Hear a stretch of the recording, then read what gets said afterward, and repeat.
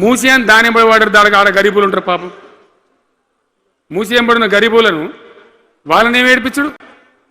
పొద్దున్న లేతే వాళ్ళు నిద్రపోకుండా వాళ్ళ కంటి మీద కొనుక్కు లేకుండా అది ఎవరు చేసే ప్రాజెక్ట్ అయ్యేది కాదు, పీకేది అవుతుందా?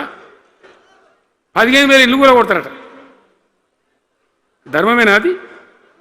ఈ రకంగా ఇప్పుడు పనికి మాలిన హైడ్రా తెచ్చి మూసి అది చెయ్యాలి, మూసి మంచిగా చేయాల్సిందే వద్దనే వాడు అన్నాడు.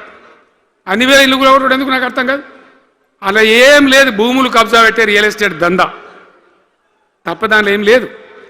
మూసి ప్రజల కోసం కాదు, నగర ప్రజల కోసం కాదు, ఈజీగా చేయగలిగిన దాన్ని, మామూలుగా చేయగలిగిన దాన్ని నాశనం బట్టి దాన్ని కథం పడతా ఉన్నా. ఏది చూసినా కూడా ఒక రకమైన దోపిడీ, ఒక రకమైనటువంటి గుండాగిరి, అరాచక వ్యవస్థతో ముందుకోతున్నారు తప్ప ప్రజా సంక్షేమాన్ని కాంక్షించి ఒక్క స్కీమ్ కూడా రాలే. ఇరిగేషన్ ప్రాజెక్టులు అన్ని పండబెట్టిరు. ఏం రోగం?